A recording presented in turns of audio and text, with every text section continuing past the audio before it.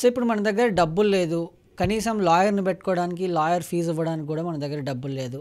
అలాంటి సమయంలో ఏం చేయాలి, ఫ్రీ లీగల్ ఎయిడ్ ఎలా తీసుకోవాలి అనే అంశం గురించి ఈరోజు మనం మాట్లాడదాం. ఫ్రీ లీగల్ ఎయిడ్ అనేది మనకు ఫండమెంటల్ రైట్. ఇది మనకు స్టేట్ గవర్నమెంట్ ప్రొవైడ్ చేయాల్సినటువంటి right. Central government, state government, supreme court, high court ఇవన్నీ కలిసి ఒక కమిటీని ఏర్పాటు చేస్తాయి అన్నమాట.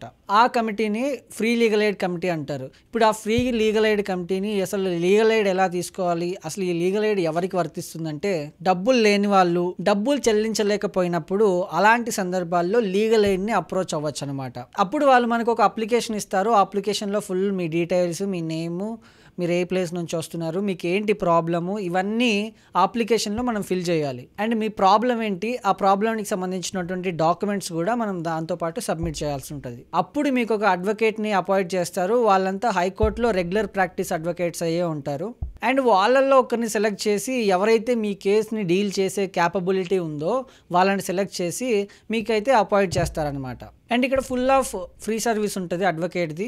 అడ్వకేట్కి ఎలాంటి ఫీజు చెల్లించాల్సిన అవసరం కూడా ఉండదు. ఇక్కడ court fee, filing fees, stamp fee ఇవన్నీ కూడా కోర్టుకి చెల్లించాల్సినవన్నీ మొత్తం వాళ్ళే చూసుకుంటారనమాట. ఇక్కడ నాట్ ఈవెన్ సింగిల్ రూపీ చెల్లించకుండా మీరు జస్టిస్ అయితే తీసుకోవచ్చు. అండ్ ఇంతేకాకుండా ఇప్పుడు విలేజర్స్ ఉంటారు, వాళ్ళకి నాలెడ్జ్ ఉండదు, ఒక ప్లేస్ నుంచి ఒక ప్లేస్కి వాళ్ళు ట్రావెల్ కూడా చేయలేరు, ట్రావెల్ చేసేంత ఇది ఉండదు వాళ్ళకి.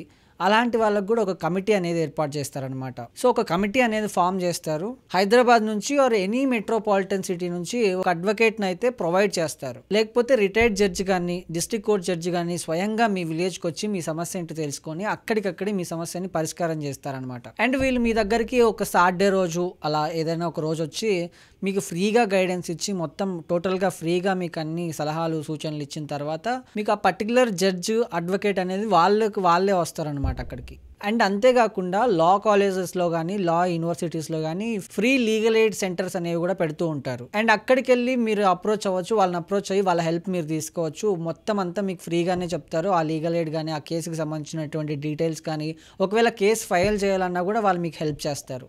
ఒకవేళ ఆల్రెడీ మీరు కేసు వేసుకున్నారు, ఆ కేసు ముందుకు వెళ్ళట్లేదు, అలాంటి సందర్భాల్లో కూడా ఆ కేసులో మీకు ఏమైనా డౌట్స్ ఉంటే ఆ కేసులో ఉన్న డౌట్స్ని మీకు క్లారిఫై చేసి క్లియర్గా మీకు చెప్తారనమాట వాళ్ళు. ఇప్పుడు కొత్తగా ఆన్లైన్లో కూడా ఇలాంటి సర్వీసెస్ అయితే అవైలబుల్లో ఉన్నాయి. లైక్ ఇప్పుడు ఫేస్బుక్ కావచ్చు, ఇన్స్టాగ్రామ్ కావచ్చు, వీటిల్లో కొంతమందిని అప్రోచ్ అయితే వాళ్ళు త్రూ వీడియో కాల్ ద్వారా మీకున్నటువంటి సమస్యను విని దానికి సంబంధించినటువంటి డీటెయిల్స్ కానీ, సలహాలు కానీ మీకు హెల్ప్ అనేది చేస్తారు. అండ్ ఇక్కడ ఒక చిన్న గ్లిచ్ ఉంది. అదేంటంటే ఇప్పుడు మీరు వీడియో కాల్ కానీ అట్లా కాల్ కానీ మాట్లాడినప్పుడు, ఆన్లైన్ త్రూ వెళ్ళినప్పుడు మీరు చెప్పేది వాళ్ళకి సరిగ్గా అర్థం కాకపోయినా, అంటే కొంచెం గ్లిచ్ వచ్చినా, మీరు కరెక్ట్గా పాయింట్ టు పాయింట్ చెప్తేనే వాళ్ళ ఆ కేసులో ఏం లోపాలు ఉన్నాయి, ఆ కేసులో ఏం డీటెయిల్స్ ఉన్నాయని వాళ్ళకి క్లియర్గా అర్థమైతేనే దానికి సంబంధించినటువంటి ఆ డీటెయిల్స్ క్లియర్గా మీకు ఇవ్వగలరు అనమాట.